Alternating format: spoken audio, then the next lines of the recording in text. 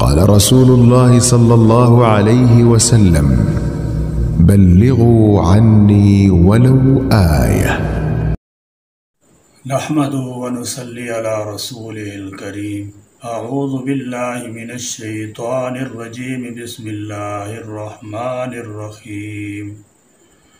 عن ابن عباس رضی اللہ تعالی عنہما قال: كان النبي صلى الله تعالى عليه وسلم يدعو عند الكرب يقول: لا إله إلا الله العظيم الحليم، لا إله إلا الله رب السماوات والأرض ورب العرش العظيم. سیدنا حضرت ابن عباس رضی اللہ تعالی عنہما فرماتے ہیں، رسول اللہ صلی اللہ تعالی علیہ وسلم غم، ٹینشن اور پریشانیوں کے موقع پر یہ دعا پڑھتے تھے: لا الہ الا اللہ العظیم الحلیم، لا الہ الا اللہ رب السماوات والارض ورب العرش العظیم. نسائی شریف کی روایت میں مذکور ہے کہ حضرت علی رضی اللہ تعالی عنہ نے فرمایا کہ رسول اللہ صلی اللہ تعالی علیہ وسلم نے فرمایا: اے علی، جب تم پر کوئی مصیبت یا پریشانی آئے تو مذکورہ دعا پڑھو.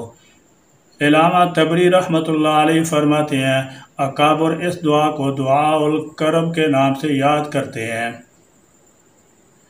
حضور نبی کریم صلی اللہ تعالی علیہ وسلم نے فرمایا کہ اللہ تعالی جل شانہ سے یا مخلوق میں سے کسی سے کوئی حاجت درپیش آئے تو وضو کر کے 2 رکعت نماز ادا کرے اور پھر یہ دعا پڑھے: لا الہ الا اللہ الحلیم الکریم، سبحان اللہ رب العرش العظیم، والحمد للہ رب العالمین، اسألک موجبات رحمتک وعزائم مغفرتک، والغنیمت من کل بر والسلامت من کل اسم، لا تدع لی ذنبا الا غفرتہ ولا ہما الا فرجتہ ولا حاجة هي لك رضا الا قضيتها یا ارحم الراحمین.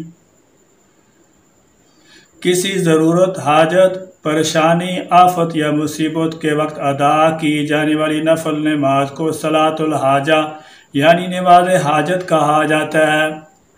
واضح رہے کہ حاجت چاہے دینی ہو یا دنیوی، اسی طرح چاہے اللہ تعالیٰ سے تعلق رکھتی ہو یا کسی بندے سے، ہر جائز اور دینی حاجت کے لیے یہ نماز ادا کی جا سکتی ہے. بلکہ شریعت میں اس کی ترغیب بھی موجود ہے. اس نماز سے مقصود اللہ تعالیٰ جل شانہ سے مدد مانگنا اور اپنی پریشانی دور کرنا ہوتا ہے. اس نماز کے بہت سے فوائد ہیں جس کی وجہ سے اس نماز کی اہمیت مزید بڑھ جاتی ہے. نماز بھی اللہ تعالیٰ سے مدد مانگنے کا بہت بڑا ذریعہ ہے. اس کی برکت سے اللہ تعالیٰ کی رحمت متوجہ ہو جاتی ہے، پریشانیاں دور ہو جاتی ہیں، اللہ کی جانب سے مدد اترتی ہے. سیدنا حضرت حذیفہ رضی اللہ تعالی عنہ فرماتے ہیں کہ جب حضور اقدس صلی اللہ تعالی علیہ وسلم کو کوئی معاملہ پیش آتا تو نماز ادا فرماتے.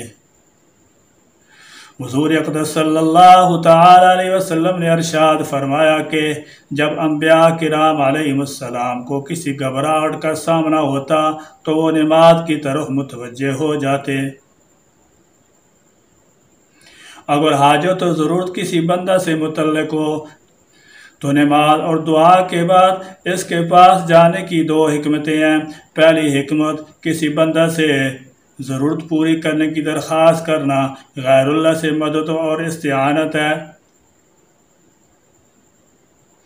مدد اور استعانت صرف اللہ سے طلب کرنا چاہیے. جب بندہ کسی بندہ کے سامنے اپنی ضرورت پیش کرے گا تو گویا وہ غیر اللہ سے مدد طلب کر رہا ہے۔ اس لیے شریعت نے صلاۃ الحاجت اور اس کی دعا کی تعلیم دی تاکہ بندہ کی عقیدہ کی حفاظت ہو سکے۔ اس لیے کہ اگر اس بندہ نے اس کی ضرورت پوری کر دی تو یہ سمجھے گا کہ اسی نے میری ضرورت پوری کی ہے، حالانکہ اللہ تعالیٰ جل شانہ ہی ضرورتوں کو پورا کرنے والے ہیں۔ اللہ تعالیٰ جل شانہ ہی نے اس بندہ کے دل کو اس کی طرف متوجہ کیا اور اس کی حاجت روائی پر آمادہ کیا ہے۔ یہ یقین کی کمی اور فساد کا عقیدہ ہے۔ اگر بندہ نماز دعا کے بعد کسی بندہ کے پاس جائے گا اور وہ اس کی ضرورت کو پورا بھی کر دے تو ذہن نماز دعا اور اللہ کی توفیق اور اس کی آسانی کی طرف متوجہ ہوگا کہ اللہ نے اپنے فضل و مہربانی نماز دعا کی برکت سے میری ضرورت پوری فرما دی اور اس کے دل کو نرم اور میری طرف متوجہ کیا ہے۔ اگر وہ بندہ اس کی ضرورت پوری نہ کرے تو یہ سمجھے گا شاید ضرورت پوری نہ ہونے میں میری کوئی مصلحت ہے۔ یہ یقین اور عقیدہ کی حفاظت ہے۔ دوسری حکمت، کسی ضرورت کا پیش آنا اور کسی کے پاس جانا دنیوی معاملہ ہے اور شریعت چاہتی ہے کہ دنیوی معاملہ بھی عبادت بن جائے، اس لیے صلاۃ الحاجت کو مشروع کیا ہے۔ ائمہ اربعہ کے نزدیک صلاۃ الحاجت مستحب ہے۔ ہر ضرورت کے لیے صلاۃ الحاجت پڑھی جائے۔ ہر ضرورت اور پریشانی کے وقت صلاۃ الحاجت پڑھنا، اللہ تعالیٰ سے مدد طلب کرنا، یہ رسول اللہ صلی اللہ تعالیٰ علیہ وسلم کی سنت ہے۔ عن عبد العزیز بن اخی حذیفۃ عن حذیفۃ قال کان النبی صلی اللہ تعالی علیہ وسلم اذا حضبہ امر صلی۔ اس حدیث سے بھی صلاۃ الحاجت کی اہمیت معلوم ہوتی ہے۔ جب بھی حضور اقدس صلی اللہ تعالی علیہ وسلم کو کوئی تشویش کا معاملہ پیش آتا، کوئی پریشانی لاحق ہوتی تو آپ صلی اللہ تعالی علیہ وسلم سب سے پہلے نماز کی طرف دوڑتے، یہی صلاۃ الحاجت پڑھے، پھر دعا کرے، اے اللہ یہ مشکل آ گئی ہے، آپ اس کو دور فرما دیجئے۔ لہذا ایمان والوں کو چاہیے کہ وہ اپنے مقاصد میں کامیابی اور اسباب کے بجائے مسبب الاسباب پر یقین و ایمان کی زیادتی کے لیے صلاۃ الحاجت کا خوب اہتمام کریں۔ اگر نماز کا موقع یا وقت نہ ہو تو دعا کرے اور حدیث میں مذکور دعا بھی پڑھے۔ اپنی ہر ضرورت کو اللہ کے بارگاہ میں پیش کرے، وہ ضرورت چھوٹی ہو یا بڑی۔ رسول اللہ صلی اللہ تعالی علیہ وسلم نے فرمایا، اپنی ہر ضرورت کو اللہ سے مانگو، یہاں تک کہ نمو کی ضرورت پیش آئے تو وہ بھی اللہ سے مانگو۔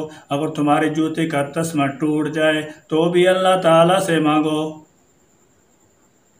چھوٹی ضرورت ہو یا بڑی ضرورت، چھوٹی ضرورت بڑی ضرورت بندوں کے نزدیک ہے، اللہ تعالیٰ کے نزدیک سب برابر ہیں۔ اللہ تعالیٰ کے نزدیک ہر کام چھوٹا اور اس کے لیے ہر کام آسان ہے۔ آج ہم میں سے ہر شخص پریشان ہے، ہر گھر میں پریشانی ہے، کوئی اندیشوں کا شکار ہے، کسی کی جان مال اور آبرو محفوظ نہیں، زمینی آسمانی مصائب شدید کا ابتلا ہے۔ ہمارا حال یہ ہے کہ صبح سے شام تک جہاں 2-4 آدمی جمع ہوئے تبصرے شروع کر دیے، فلاں نے اس طرح کیا، فلاں سے کوتاہی ہوئی، حکومت نے یہ غلطی کی، ان تدابیر میں کمی ہو گئی۔ ذرائع ابلاغ سوشل میڈیا پر نگاہیں جمائے رہتے ہیں، خدا کی طرف بالکل متوجہ نہیں ہوتے اور غفلت میں وقت گزارا کرتے ہیں۔ تبصروں میں کتنوں کی غیبت ہوتی ہے، کتنوں پر بہتان لگایا جاتا ہے۔ کاش ہم پریشانیوں کے وقت خدا کی طرف رجوع کرتے۔ تبصروں سے وقت کے ضائع ہونے کے علاوہ کچھ حاصل نہیں ہوتا، تبصروں سے ہماری مجلسیں آباد رہتی ہیں۔ اللہ کی طرف رجوع اور گڑ گڑانے کا سلسلہ ختم ہو گیا۔